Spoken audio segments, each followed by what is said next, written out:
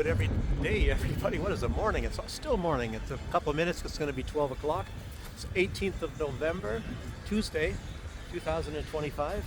I didn't say May again. And I am going into the Galleria shopping mall, as you see. Look at that. Perry Chotter. Anyway, I'm going to try to find a place to sit down in there, maybe walk around a little bit, and I'll start talking about the news. It's getting a little bit colder over here now, even though today I guess it's 1 degrees at the moment. We've had -2 and -3 lately. It's getting warm already walking in here. That's nice. I think there's 5 floors here, 6 floors, I don't know.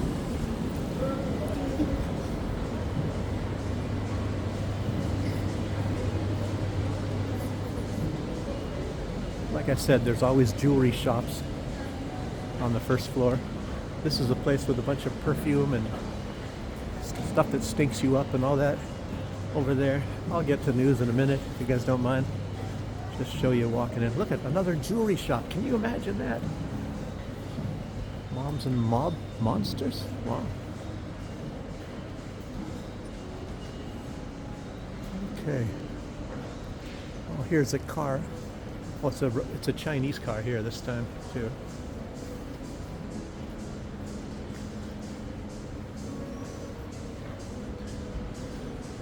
I don't even know what half of these booths do here. So let's get into some news here. So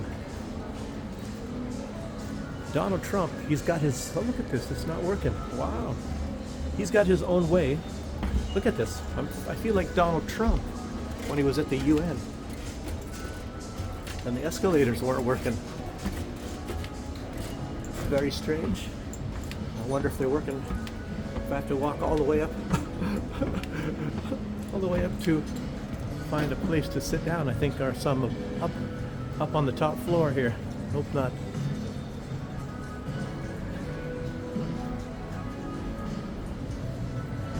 This one's working.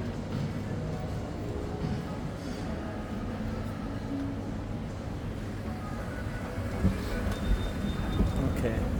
Yeah, Donald Trump, he's got his own funny way of trying to become the master of the universe. Global domination. So Donald Trump, I'll get into a lot of that. I mean, you can everybody can see that. Donald Trump, he's come right out and said it. He wants to dominate every industry. Wow. Nice croissants.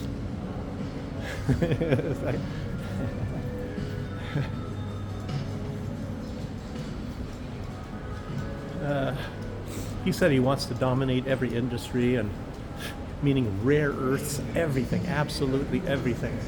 If you mention any kind of an industry to Donald Trump, he wants to dominate it. He wants cars. As a matter of fact, he even said cars. He just said cars yesterday. And he said, what, 17 trillion is coming into the United States in investment in the next 9 months. And he said it will be 20 trillion soon after that, maybe in the first year. And he said it's all because of tariffs. It's all because I am punishing the rest of the world. I mean, he's believing that all these factories are flooding in, and maybe some of them are coming in because of they're being afraid of Donald Trump and his tariffs. And what are some of those motor scooters over there? I should go show you guys those. You guys have them wherever you're at as well, but anyway, you might want to see the prices. Icicles, look at it, it's not that cold yet. So, anyway. But he noticed which way the wind was blowing when he's trying to destroy Marjorie Taylor Greene and Thomas Massie. Apparently he's not liked Thomas Massie for quite some time, and I think it was Nick Fuentes came out and said that Massie has never supported Donald Trump's policies and things, but that's not true apparently. Nick Fuentes, I'm getting to like him. He's calming down quite a bit. Obviously, he was a little bit too extreme before, but now he's getting much better. And I guess Thomas Massey, I guess if you people did the percentage calculations and they found out that Thomas Massey supports Donald Trump over 90% of the time. So that's very good. And Marjorie Taylor Greene, I guess she's been supporting Donald Trump almost 100%, almost. But things, of course, changed when it came to this Epstein thing. And Donald Trump, that was one of his promises, obviously, and Kash Patel is to get these pedophiles. And then Donald Trump changed his mind, and now he's changing his mind back. He's probably, he came out and he said that, nobody supports Thomas Massey. And then it turns out that after Trump's attack on Massey, that Massey started getting massive support. And Donald Trump was lying. I think he said that, first he said Massey got only, his percentage was 8%, and then next time he said 6%. Donald Trump. And it turns out that Massey's support is quite high, and maybe he was advised probably from people that you don't want to try to displace him because it's going to be embarrassing because you're not going to be able to do it. Massey's going to get reelected as a representative, so he couldn't do that apparently, and that's what that's all about. I'm just guessing. So he started he didn't say much. He's still sticking to his guns. Marjorie Taylor Greene is a traitor, even though she votes for everything that Donald Trump wants her to, except for this thing. And she is not Israel first, and Donald Trump is Israel first, obviously. He, I think I can sit here. So you got a nice view from out there. I don't want to disturb these people, but I guess try to get as far away from, I guess they'll think it's okay if I sit here.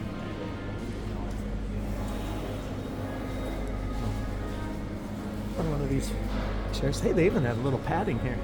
And this place isn't open, so I'm not, it doesn't look like it's open, so I'm not causing any problems there, I believe. Okay, let's keep going. Anyway, so Donald Trump is kind of relaxed a little bit like that, and he comes out like this, and I think he believes everybody will cower down to Donald Trump when he comes up with his insults and accusations and things like that. So, and I think he started to realize that he's not a Jedi Knight, but that he just says everything like this, and everybody is forced to go along with him. The light might be better if I face this direction like this. Then you can see my beautiful face much better. So, but I can't use the table as well. Anyway, I'll have to go this way. Do this way.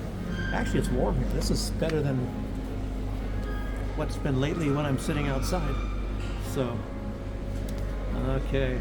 So Donald Trump is not a Jedi Knight. He's not one of the men in black.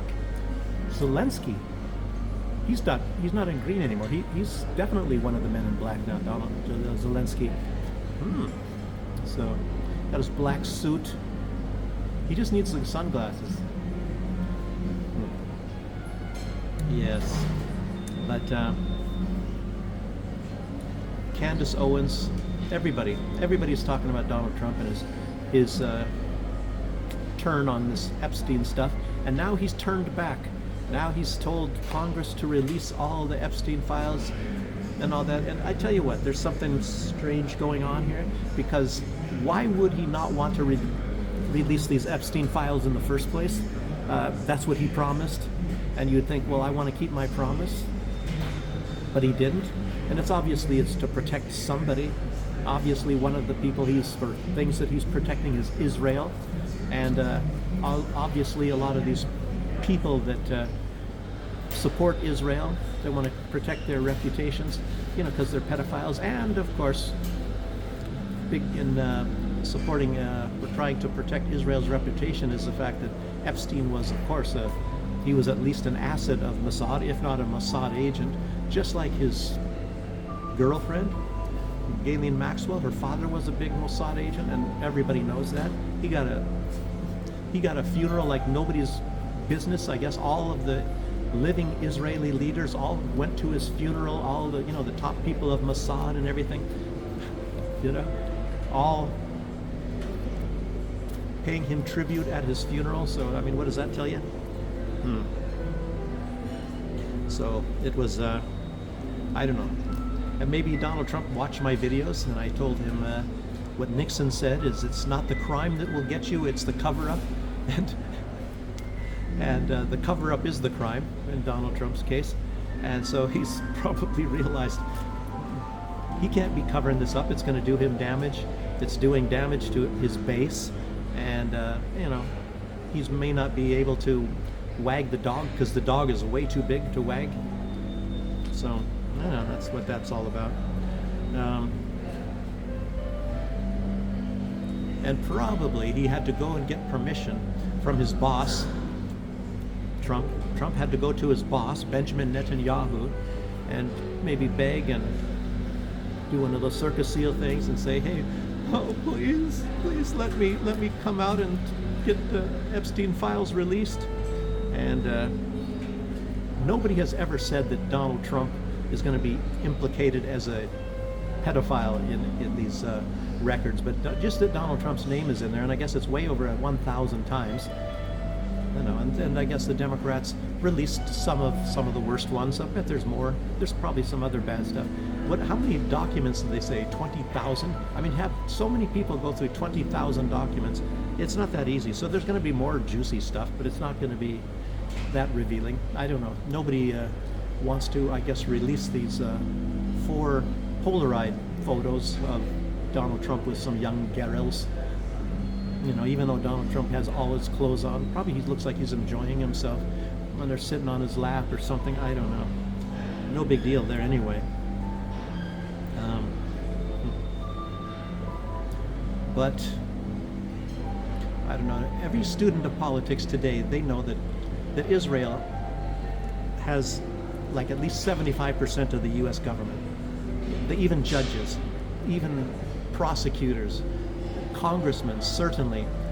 How many congressmen have come out right and said that? Matt Gaetz, Marjorie Taylor Greene has said it, Thomas Massey. And Thomas Massey came out and he detailed a lot of that. Then they talk about who's your AIPAC guy, because everybody has an AIPAC handler. Most of the people in the U.S. government, it's unbelievable. It might even be 90% of the government that Israel controls. I even knew that. I knew that many decades ago. As a matter of fact, how far back can I go? I can go back at least 30 years. 30 years ago, Israel was still controlling most of the government of the United States. Israel even themselves, when was that? Maybe 40 years ago, when Israel even admitted, they said it's cheaper to buy a politician than it is to buy a tank. That's a very famous phrase. And I guess a lot of the politicians, and it's not an exaggeration to say that they serve their place in Congress at the behest of Israel, because Israel put them there. And if you don't go with Israel, your chances of survival are not very good. Remember Cynthia Kenny back in the old days? I mean, Ilhan Omar, I don't even know how she survives. She's got a big Somalia constituency, I guess, in Minnesota, and they do some corruption of their own, I've heard. They go to senior citizens' homes, and somehow they get a whole bunch of old people that don't even know their names anymore to vote for her, just keep her in Congress, apparently.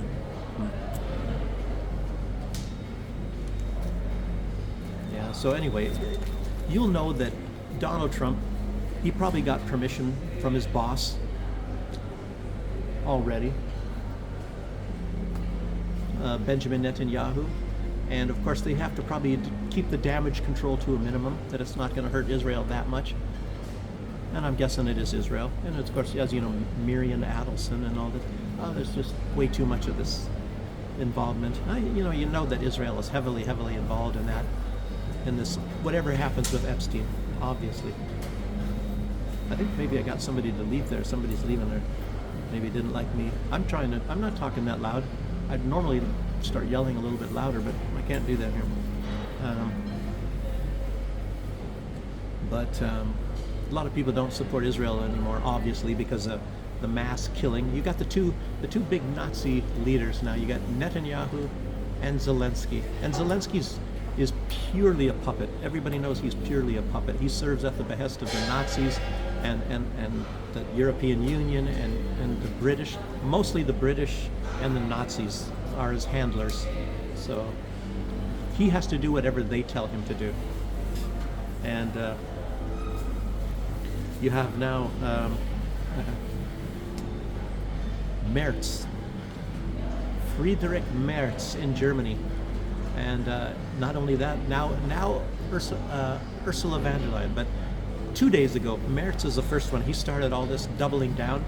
And with all this corruption coming up about Ukraine, Merz came out and he says, well, I'm going to double down on that.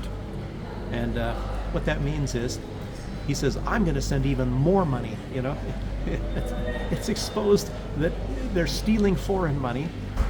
I mean, multiple people, what's this guy's name? Umerov? I think he was on some trip and outside of Ukraine, and he's even staying there. I think he was in Turkey. He's supposed to be staying in Turkey. He's not going to return to Ukraine because he's too scared, because he's implemented in all of this corruption too. Like, who isn't in Ukraine? All of the top people are. And maybe the first one that they found was this Umerov. And Zelensky's going to get protection. He's going to get protection. He is probably the top dog, undeniably, in this stealing of all this money. I mean, who doesn't know that? Who does not know that? But he's going to get the protection by NABU itself, because NABU, they serve at the behest of some of these leaders, and the leaders are going to tell them, you're not going to implicate Zelensky. You're going to make him look like, he didn't know what was going on, even if I think there's even articles released that Zelensky definitely knew what was going on, and he gave it his okay. Well, he gave it his okay because he profits from it too. I don't know. I talked about that a lot yesterday. Okay. So, so what is Merz doing? He's going in your face to support this evil stuff going on. Merz, I think it was yesterday, the day before, I reported that he said he stands with Israel, and he got an applause, and he's definitely not in front of the regular German people, because they would probably throw tomatoes at him, because they don't stand with Israel in mass murder of Palestinians and all of the other stuff, and the corruption that Netanyahu has been involved in. There's no doubt about that. I think if I go over to a different table over here, and I want to, this guy might get pissed off. I don't like to see people leave on account of me. So this lady that was over here probably left on account of me. So I'm going to move another table over here.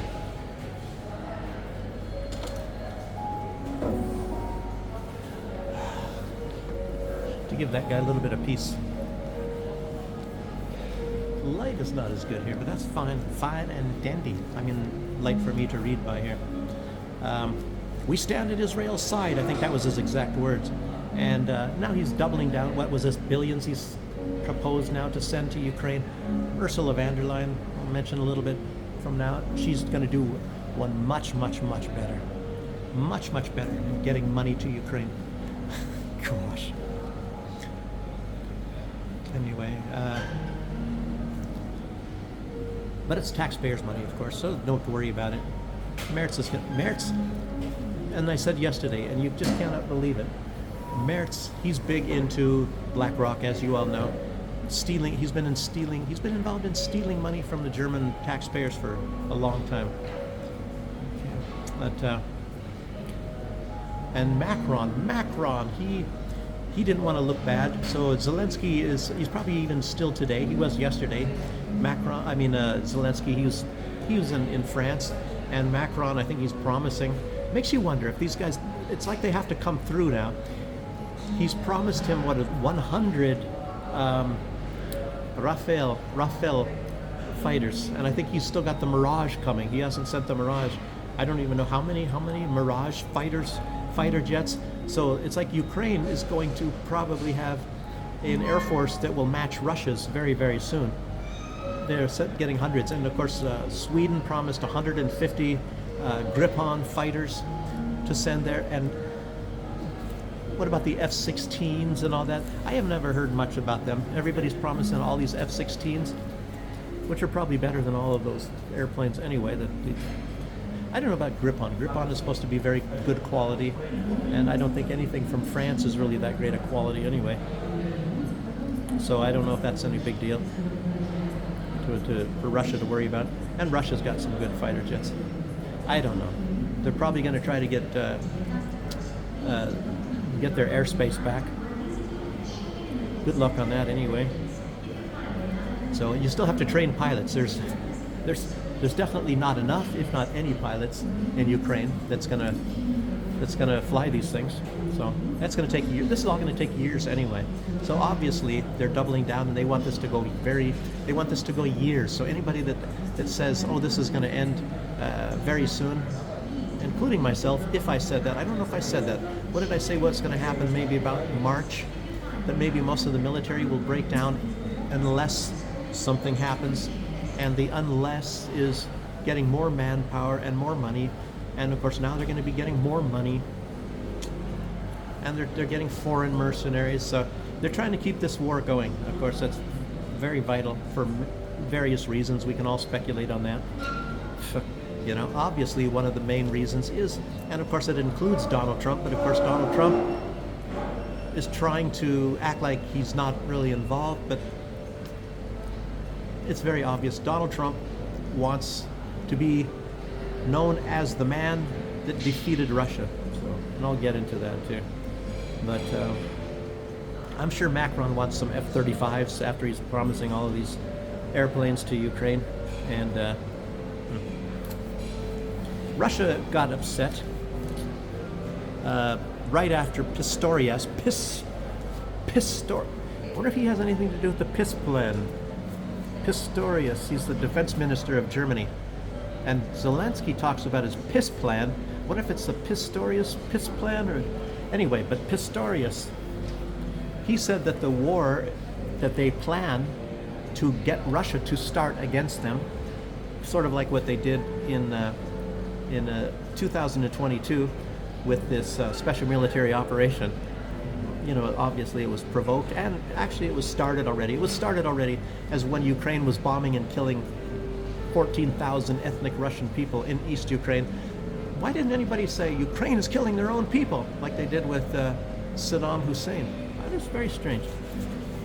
If they're Ukrainians, it's actually an admission that they know that they're Russians, because Ukraine was not bombing Ukrainians, they were bombing Russians that just happened to be in territory that was administratively attached to Ukraine, and even under Vladimir Lenin a long time ago. But these people never ever thought of themselves as being Ukrainian anyway. They always called themselves Russian, and that's a fact. That's a fact. Even if it was part of Ukraine for, what is it, I don't know, 80 years maybe, I don't know.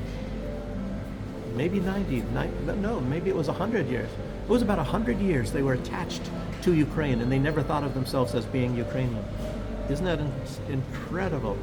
Even though that was also the economic breadbasket of Ukraine. That's where Ukraine derived the vast majority of all of their money that they actually made was from the Donbass area, mining, a lot of mining.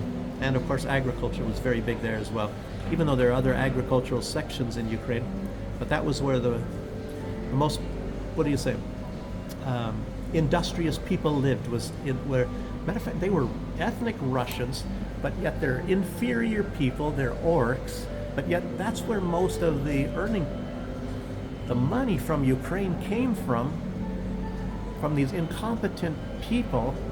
That doesn't make sense to me, but I'm sure some professors will be able to figure that out at some point in the future, because they're Ukrainian professors, and they built the pyramids of Egypt, so they are smart enough to know. I just haven't heard yet on how that works out, but anyway, it will somehow. So, but anyway, they're supposed to start this war between 2029, some said 2030, and Pistorius, I don't know if he said 2028 or whatever. Anyway, but it looks like they're really trying to escalate this. A lot of times wars start much when they have a planned war, like Adolf Hitler was planning a war. I think he was planning to start in 1943 or 1945. It actually started much earlier than that. So when you have a planned war, they always start a little bit earlier. And these guys are planning on the war for 2029, already putting all these pieces in place very, very early. So I don't know. Obviously, they're going to try to provoke it to start much earlier than that. I'm no military expert, though, like Brian Berletic. But I saw this video with Scott Ritter, and it was very good. And even though I'm not a military expert, my brain is working at least somewhat. And even though I was in the military, and you learn a lot of things anyway. And I think Brian Berletic, he probably worked as some sort of a military analyst, I think maybe for the Marine Corps, but he's very savvy on a lot of this stuff, far more than I am, of course. And Scott Ritter, he knows a lot about like artillery and a lot of things too. So he's been covering this stuff. I don't pretend to know as much as those people do. That's why I don't comment so much on all of this military stuff so much, just some of the basics. But I was saying one thing, which is a basic, which is a macro opinion of mine, and I am glad to hear that Scott Ritter is now repeating the same things that I said. So I feel really good. I feel like I'm a military expert now. Maybe I'll start saying I'm a military expert. So this was with Judge Napolitano. I don't know, did I write down the name of this? I don't think I did. Anyway, it was I thought I wrote it down. Oh yes. Anyway, maybe I didn't write it down. But anyway, so what did he say? In that video, Scott Ritter said he does not think that Trump ever really wanted peace. And maybe Scott Ritter is now finding out that Donald Trump wants to become the master of the universe as well. No, Scott Ritter already knew that anyway.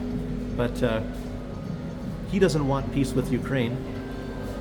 And I was saying, I don't know when I started saying this, at least a month ago, maybe two, I don't know, maybe even many months ago.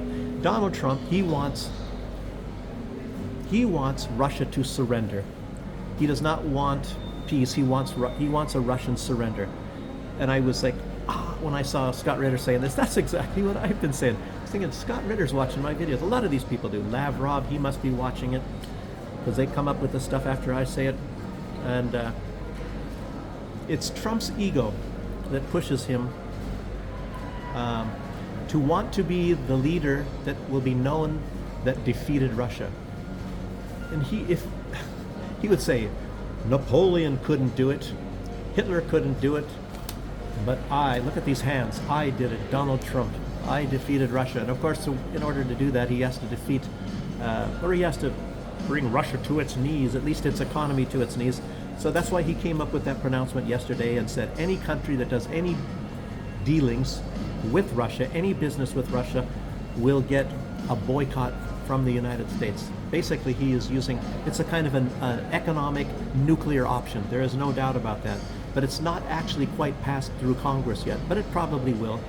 And I don't know how they're going to expect to implement that. The United States gets uranium, like I said yesterday, from Russia, and Europe still gets oil from Russia. And I don't know. I think Trump is probably talking about, I don't know, India. I think India still does oil business, even though Donald Trump says India said they're not doing any business with Russia anymore with oil and all that. And I heard that India is going to be getting oil from Saudi Arabia. So we'll see what happens there. Find out what the real truth is. I don't know myself. I'm not in anybody's head, any leader's head over there, Modi's head. So Donald Trump wants to obviously economically destroy Russia and thereby destroy Russia and thereby destroy Putin and everything else and thereby defeat BRICS. So Donald Trump is working on BRICS. He's a friggin' nasty guy, a nasty guy. like I talk about, I always say it's the Nancy Kerrigan, Tanya Harding effect. Donald Trump wants to take an iron bar and slam it into the shins of any of his economic competitors. And that's normally been a policy of the United States for a long time. Anybody that can ever prove any economic challenge in anything to the United States has to be vanquished in some way. And that's been a policy for a long time. It's absolutely incredible. And if you look at World War II, and I've already mentioned this before, and no matter what anybody tells you, how did World War II end? They went after the economy of Germany. The German military was on French soil. Germany's military did not get defeated in World War I. They did not get defeated. And that's why in Germany, in history, that's known as the stab in the back. The military calls it the stab in the back. Here they were on French soil, and then Germany surrendered. And it's like nobody understands why, and except the fact that it was problems going on back in Germany. It had nothing to do with the military. It's a lot of things like that. And then you can say that is how. That's what one of the impetuses for starting World War II. You know, and I guess the Treaty of Versailles, when it wasn't even a treaty. It was this boxcar, and Adolf Hitler did a little dance or something.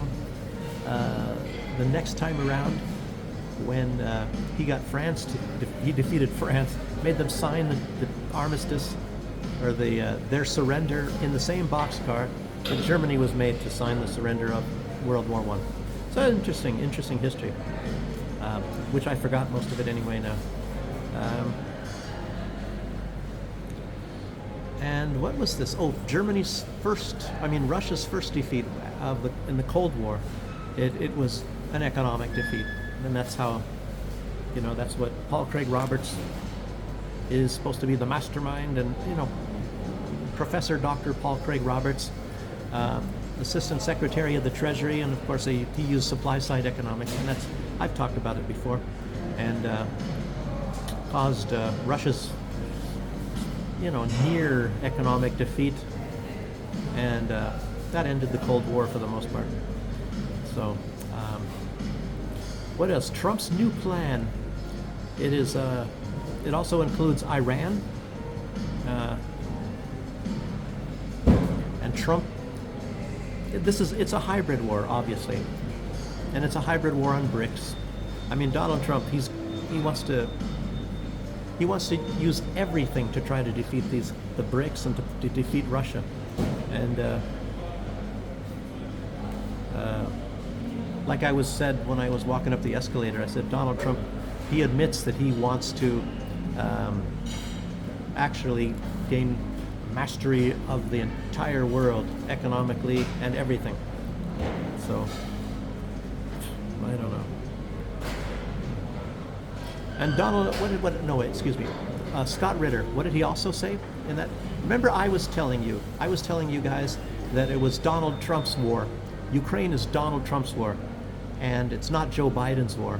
And it's weird that Donald Trump has to say that every second day. It's Biden's war, it's Biden's war. It would never have started if I was president. Well, it was actually Donald Trump that started that war.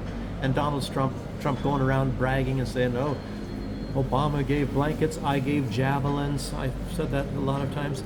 And guess what? Scott Ritter came out and said it's Donald Trump's war. Donald Trump is the one that started massively arming Ukraine. So I don't know. That's why I like Scott Ritter. So Biden inherited the war from Donald Trump, and then Donald Trump re-inherited the war from Biden. It was just Biden had matured that war a lot more than Donald Trump was doing it. And I think Scott Ritter said that it would have become a hot war if Donald Trump was the president too. And I mentioned this as well too, but Scott Ritter was also talking about Scott Bessent, the Secretary of the Treasury, and he's going around the world. I've even mentioned that. He's going around the world trying to get everybody and anybody and their brother and their sister and their cousins to go against Russia. And that was even before Donald Trump, just yesterday or the day before, announced that everybody in the world will get sanctions if they do any business with Russia. So, and he says, we should be friends with Russia. Remember he said that in his first term? Yeah, that's how to make friends, I guess. Maybe he should write a book, How to Win Friends and Influence Countries, maybe. Anyway. So anyway, like I said, collapse Russia, thereby causing Russia's defeat, and then begin the exploitation of Russia. Of course, within that time, BRICS will have ended unless China is probably seeing all the writing on the wall. China is now drastically increasing their military since all these threats from Donald Trump. And then Japan, as I probably mentioned, did I mention that Japan, they're talking about using military to support Taiwan, and China came right out and said, yeah, you go ahead and try that. And China saw what happened in Ukraine, and it looks like they're bound to not let that happen with the same sort of deal. And they're trying to use the same playbook. The West is trying to use the same playbook with China and Taiwan as they did with Russia and Ukraine. Absolutely incredible. So I saw a gray zone video. Now this is another one, Donald Trump, another war. But actually in the gray zone, I think what they wrote on their thumbnail, it said, I think they said Marco Rubio's war. And, Max Blumenthal is really, if you think Brian Berletic is an expert on a lot of things matters military, Max Blumenthal is absolutely excellent on all matters concerning Venezuela, and so much that ties Venezuela in with a lot of the other neighboring countries in South America. It is just astounding. I mean, I'm looking at Max Blumenthal, how can you remember all these names and all of these things that happen? You have to see that video. It's a gray zone video, and it is called Stunning U.S. Drug War Hypocrisy on Venezuela Exposed. Long title, but it's definitely worth it. And it's a must-see. It's a must-see if you want to understand what's going on with Donald Trump and his threats with Venezuela. And since Max Blumenthal knows so much about this, you have to see what he's predicting. And, well, I'll get to that. So, one thing that was very interesting, Max Blumenthal was exposing a whole bunch of nastiness about Marco Rubio. And you've seen Marco Rubio since he's been the man of Donald Trump, and he seems like a level-headed, decent type of guy. Cool-headed, and he hasn't stirred up anything very, very bad lately. But when you hear what Max Blumenthal has to say about him, it's absolutely incredible. He calls him, I guess one name is, it's not Marco Rubio, it's Narco Rubio. Narco Rubio. He's very well associated with a lot of big narco bosses and drug cartels and things. He didn't say that Marco Rubio was running drugs or anything, but he's very well associated with a lot of these people and a lot of things. So it's very interesting.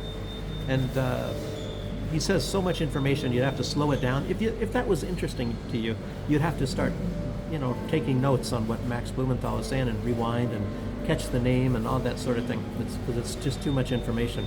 And Trump, as you all know, a few days ago, he said he's made his decision on Venezuela. Well, now he says he hasn't made his decision on Venezuela.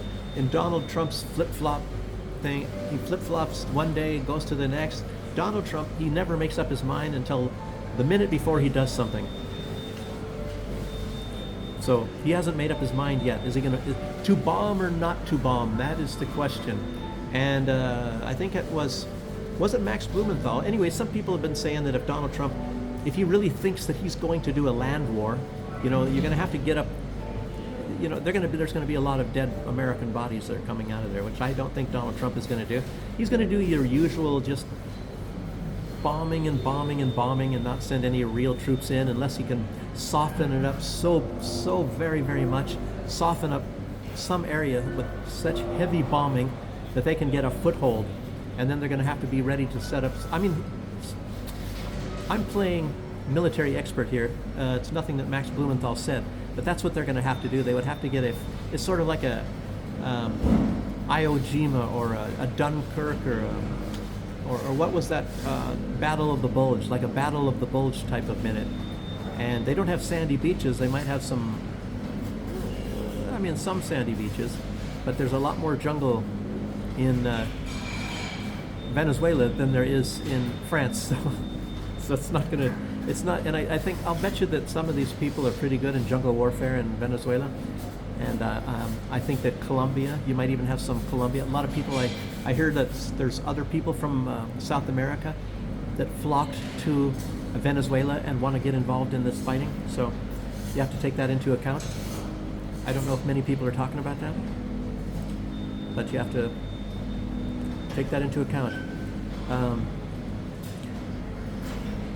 But anyway, Max believes that Trump has put himself into a position where he will at least have to do some kind of an attack, like a face-saving thing.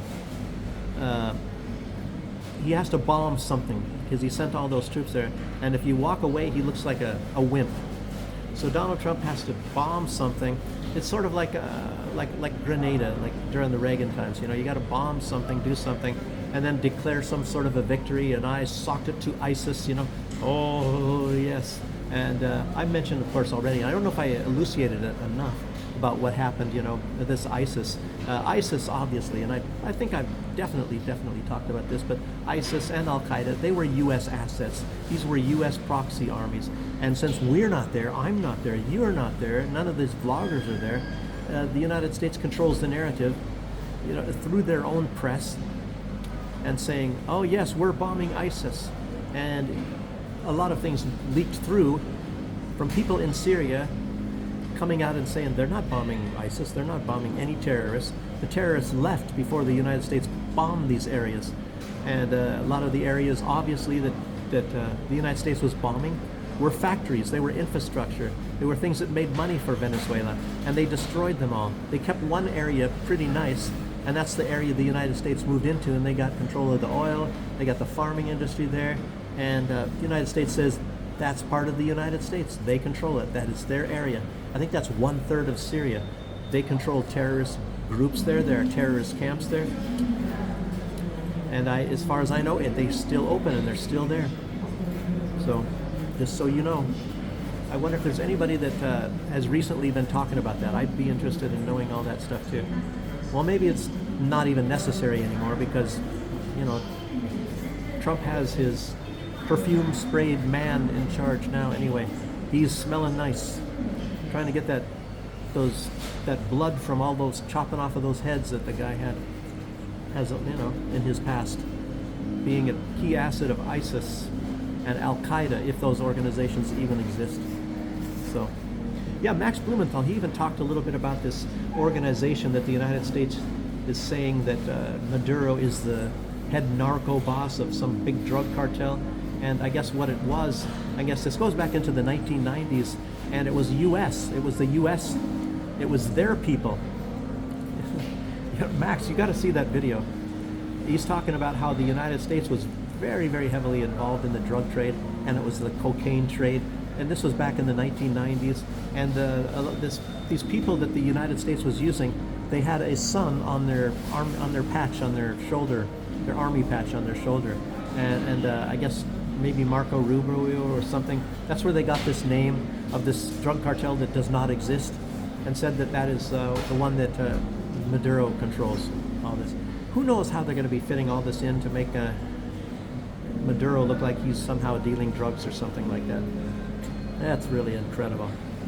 And like I said, I was in the Caribbean too, and I know some about that. I've said that in other videos about the drug trade and the United States involvement in that. On the island that I was even living on, and the drugs that were smuggled in through that country that I was living in and things like that. But that's, you have to look at other videos. I can't be going into this stuff too much. I'm sure you guys will get nauseated if I keep talking about it. So Trump will declare victory at some point in time and walk away and mission accomplished or whatever. And now I was wondering, and people are talking about, oh, the end of Zelensky and all that, but it's becoming more and more apparent to a lot of people that Zelensky is not going to be kicked out. Zelensky is going to stay there. And if you really even ask yourself, well, why would they kick Zelensky out? And who's going to replace Zelensky? Who will be different than Zelensky? There won't be anybody different than Zelensky. And Zelensky is allowing all of this corruption going on. He's stealing a huge sum of money. Everybody knows that. Zelensky is he's almost undeniably the wealthiest leader on planet Earth. I don't know how much Ben Salman has or whatever of Saudi Arabia, but I'm positive that Zelensky has far, far more than he does. Zelensky has far more money than even Donald Trump, I believe. I think Donald Trump is worth getting, I don't know, did I hear that he was getting, I don't know, after his first term, before he started Truth Social, he was like maybe 2 billion. And Donald Trump, now I believe he's maybe even close to 10 billion, his value. And Zelensky is definitely over 10 billion by now. So, anyway, but it's all well hidden. They have these firms, and there was 3 back in the old days. I bet there's a lot more now. And they have these lawyers and accountants, and they're hiding all this money, and they know all the fake names and all this sort of thing. It's like Swiss bank accounts, but I don't know if they have any Swiss bank accounts anymore. I think a lot of that was already stopped because everybody knew about it. So what's even more secretive are these like Panama papers and Pandora papers. I don't know about the third. What is the third major? I don't know, what does it call it? Money laundering, hiding thing. And there's, like I said, there's definitely more than that.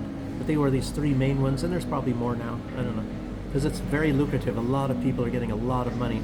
Who was it? Somebody saying that now the CEOs of companies, they're making, I think it was Jimmy Dore. Jimmy Dore was talking about that, saying back in the old days, I think maybe in 1960s or 70 or something like that, for every dollar that a employee made, the CEOs were making like $300 or something, and nowadays for every dollar the employees make, the CEOs make like $1,700 or huge amounts more. So I guess there's a much bigger demand for ways to hide this money.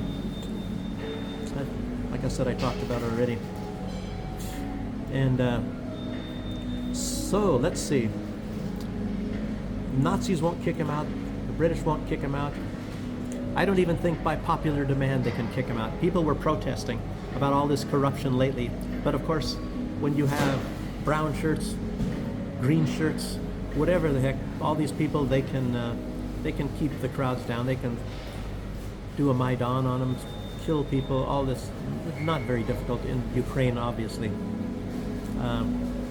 And Zelensky, I think it was yesterday, he came out and said personally that it is impossible to stop the corruption in Ukraine. He's not saying that, but it is so deep, and it goes back even starting in 1991, apparently. There was a leader, I guess it was the first leader of Ukraine, I don't know his name, but he was very anti-corruption, and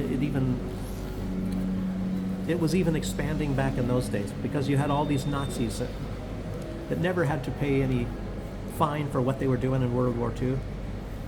And there were still a lot of them around by 1991 when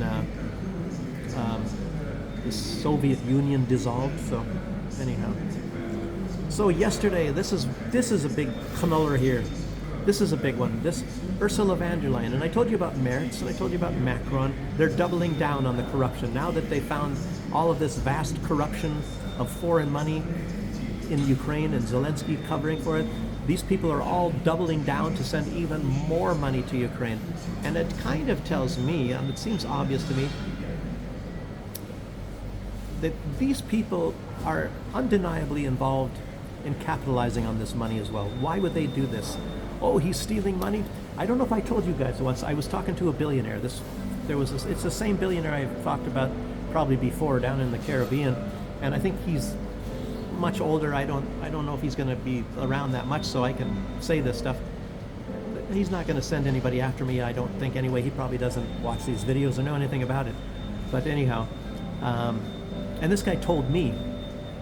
He told me this, that there was, because he owns a lot of hotel resorts and things all over in the Caribbean. And he said there was one guy he had as a manager, CEO of one resort, and he found the guy stealing money. The guy was stealing money, and no, it's an accountant. Excuse me.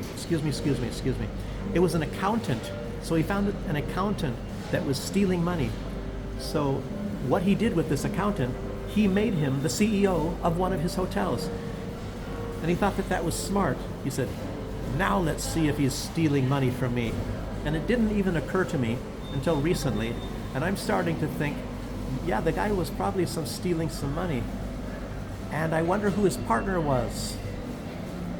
And by this guy, this owner of all these resorts, making this guy the manager of a big hotel, it tells you who his partner was, who he was stealing money for. Gosh, you know? Otherwise, who would do that? And he's trying to run cover by coming out with something so ridiculous to say, well, now let's see if he steals money from me. Here they caught a guy stealing money, and he's thinking, whoa, if this guy steals money from me again, then he's going to go to prison. Well, then why didn't he go to prison the first time when they caught him stealing money? Well, maybe because this accountant was the owners of all of these resorts, the guy the blanket that covered all of the resorts, and he had managers in all these resorts. The guy was stealing money for him. That's why. Anyway, so much corruption. And I got to know a lot of these managers. They have an island manager, they have the resort manager, then there's a maintenance manager, and all this. And those are the three managers that he always has on his resorts, these big resorts. One resort was called Pineapple. I shouldn't have said that, in Antigua. Oh, did I say that? Oh no. Anyway, well, I'll just tell you, the guy's based out of Antigua, and I think he sold a lot of the shareholdings of one of this resort, which, by the way, you guys can find out who this person is. I'm giving you all these hints because I don't think they're going to come after me here. So anyway, the resort was erroneously called, in St. Vincent and the Grenadines, it was called Palm Island. They even listed that as being Palm Island. And this resort, I believe, either that resort or was it his resorts, were rated by Virgin Travel to be the #1 Caribbean destinations in all of the Caribbean. So just so you know that.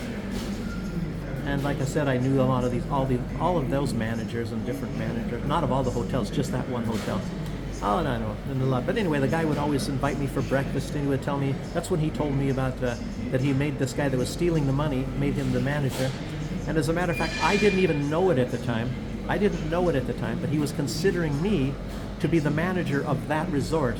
And that was one reason why he was inviting me for breakfast all the time and telling me a lot of these things. And he had assets in Panama, and it was very strange. His girlfriend was from Panama, and they invited me it was a New Year's celebration, so I to party with them. And she drank a little bit, and he was drinking, but he got really angry at her because he knew I was going into coffee. At that time, I was not really that much. I don't even remember what year. I don't think I was even selling coffee at the time, but I was growing coffee and macadamia nuts and things. And but anyway, his girlfriend, much younger gal from Panama, said that they owned a coffee plantation in Panama, and he got quite angry at her. And I was thinking, why in the heck would he get angry at that? But anyway, this resort owner also, he was friends with Fidel Castro and a lot of other leaders in the Caribbean. So, but obviously a billionaire. I was thinking all this time that maybe he wasn't a billionaire, but I didn't know, but obviously he was. And when you start doing the math, you find out this guy was definitely a billionaire. So I was just trying to throw this in. Oh gosh, now I'm at an hour telling you some of my old ancient war stories. It has nothing really to do with coffee, but, and I know Ben, one of these days I'm going to do a coffee video. But anyway, I don't know if I'll throw something like that, and it'll probably be hours long. I don't know. Maybe it will be shorter, because I would be wanting to put some video footage in. I don't know if I'm in very much of it, very, very little of it, but anyway. So let me keep going here. So let's see. So they're not going to get rid of Zelensky, and Ursula von der Leyen was saying she wants to shovel 157 billion. Zelensky said he's having very big problems right now, and I guess in the very, very near future, I think he said he needs $134 billion, and I guess that's where he's coming up with these figures when he's talking about getting these frozen. I mean, he's trying to push these people to give him the this amount of the frozen Russian assets. And Ursula von der Leyen has really initiated a campaign she started yesterday to get him $157 billion. Yeah, it was 137 billion that Zelensky said he needs immediately, within, like, I guess maybe within 2 months, I think it was the timeline I heard, in order to survive. And the 157 billion, I don't know if that's includes the 137 billion. But anyway, that's going to, the entire amount is going to take 2 years, so that's going to be not enough, not fast enough for Zelensky, apparently. You know, and all these other things are all these fighter jets, but Germany is sending him some billions, so that might be enough, and that's probably going to happen very, very soon. So, but apparently these EU countries, what was stated is they will be borrowing money on the global markets, to borrow from the global markets, and obviously the money from taxpayers is going to pay that back. It always comes from the taxpayers. That's where all the money comes from, always. Governments theoretically don't have any money. They get all their money by shafting or getting some from the taxpayers, and they have to use it prudently, which most of the time in the West they don't. They do in Belarus, but they don't over there. So anyway, the money will be given to Ukraine as a grant and will never have to be paid back, by the way. So this is going to be a grant. This is going to be like Joe Biden was doing when what did he give? I think Trump said, what's 350 billion? So this is going to be many billions as a gift from the taxpayers of the European Union. So thank you. You're so nice. Oh, we're so humble, Mr. Macabre. Thank you. We thank the European people for giving me all of this money. And I need another house. I need houses. I need more businesses. I need another winery somewhere, and the mining industry and all this blah blah blah.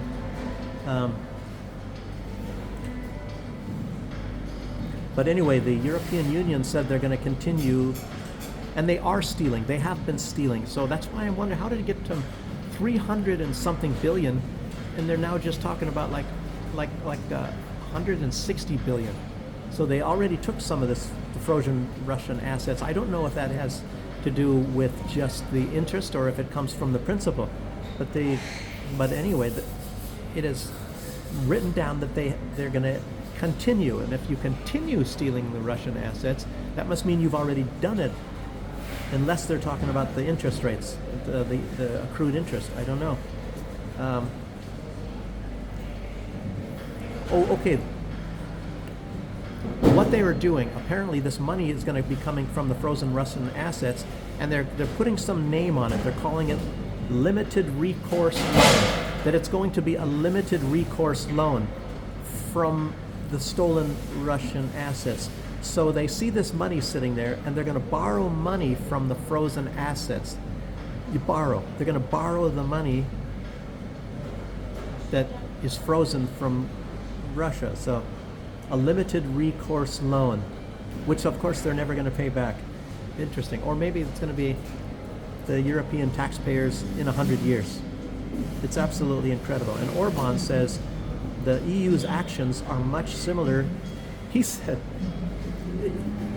something about like using vodka to solve an alcoholic's addiction to alcohol. So they're using vodka to do that. and he's mostly referring to the stolen, the other stolen money as well, the money they're stealing from taxpayers to give to Ukraine.